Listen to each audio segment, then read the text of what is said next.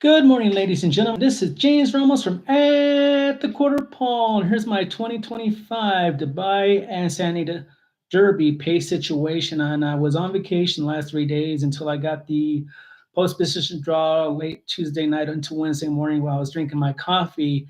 And definitely, in my opinion, then Walter Starr's got the best post draw. He's got the inside, and the way I would suggest in my last video was to take the horse out in front and go fast for the first two furlongs and kind of give him a half around the clubhouse turn, give him a breather for the half mile. He doesn't have the class to hold off Forever Young, but he has the speed to hold him off and win if he slows down the pace. And there's really not a lot of real speed to go with Walk the Star. So the way I see him going out the first two furlongs is 23 and 4 and slowing way down to 47 and 4. He's got a chance to pull the upset. And that's all he has to do. Forever Young drew a beautiful post at 5. The only thing that if he doesn't get pinched, he's looking good. He's going to be the second horse overstocking. The third horse overstocking, in my opinion, would be Imperial Emperor getting the 10 slot. A lot of people didn't like this 10 slot.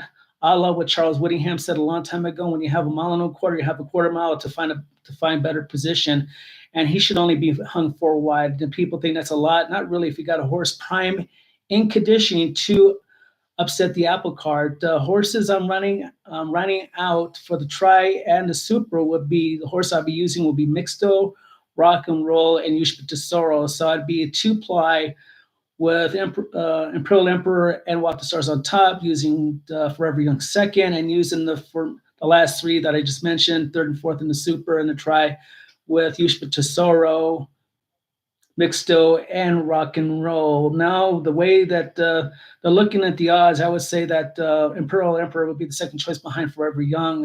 Looking for Forever Young being at 3-5, 4-1 for Imperial Emperor, 6-1 with Walk the Stars. I've seen Rock and Roll get to 8-10-1. Mixtos around 12-1.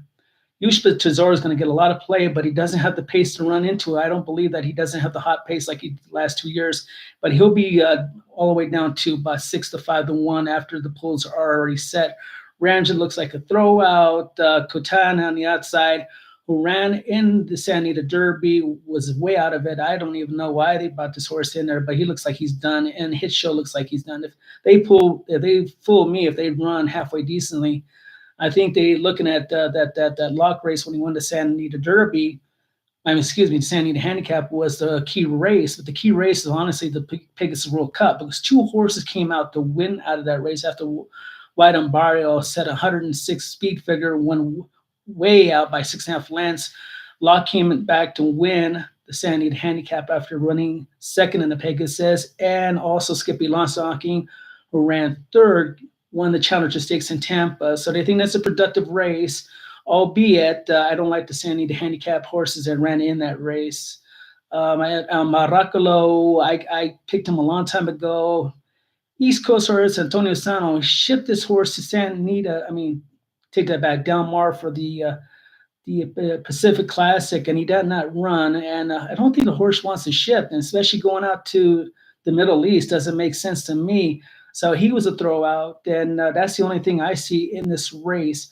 And I believe, again, pace makes the race, and Walk the Stars has the speed and the pace to outfinish Forever Young if he slows down the fractions all the way down.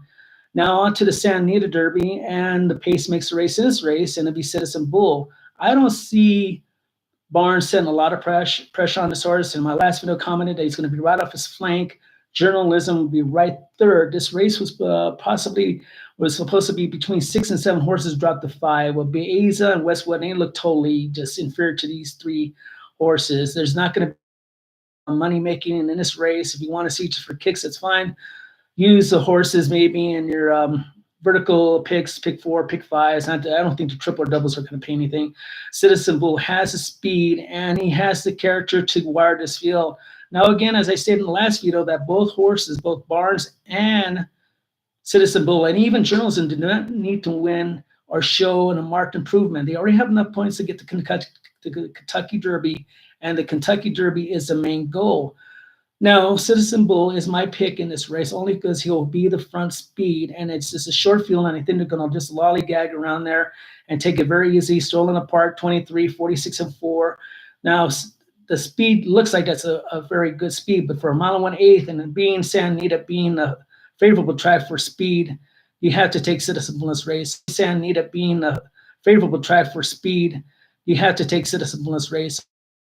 I think Barnes is say, well, Citizen Bull, if you want the lead, I'm letting you have it. If you're tired and I could pick up the piece, I'll beat you, but I don't see that coming out. Journalism has to be probably Uberto Rispoli, who rides journalism, has to make a decision, either go attack them fast before they just out there and just stroll around the racetrack, or wait and bide his time. But if he wait and buys his time with those kind of fractions, he's only going to run second best, if best. And the good thing about this race, journalism doesn't have to win this race. If he runs into a slow pace, that is a good prep for the Kentucky Derby. Now remember, this horse, as I stated, is out of Curlin. Curlin's horses run, they get better as the year goes by. They don't get haggard well down. I know there's other horses you believe that say like into Michigan, tap it, but I like the Curlin horse for the whole year round. And he'll do well in the Kentucky Derby, regardless of the pace situation in the Santa Anita Derby. If they run fast, he's got a chance to pick up the pieces. I don't see that happening.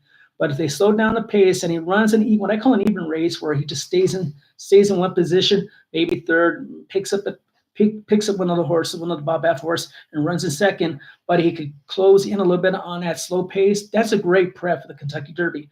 Because how I see it right now, I don't think the pace is going to be that hot for this year's Kentucky Derby. I think it's going to be moderate pace between 46, 47 flat for the first two at 23-2. Why am I saying that? I just don't see a lot of the speed trying to kill themselves out in the Kentucky Derby, especially if there's good speed horses. They're all going to say, well, let's see who has enough stamina to withstand a mile and a quarter. And that is my belief, and that's why I made this video today, for a pace makes the race for the Dubai Cup and the Santa Anita Derby, trending up for the Santa Anita Derby and all the preps this Saturday to the Kentucky Derby.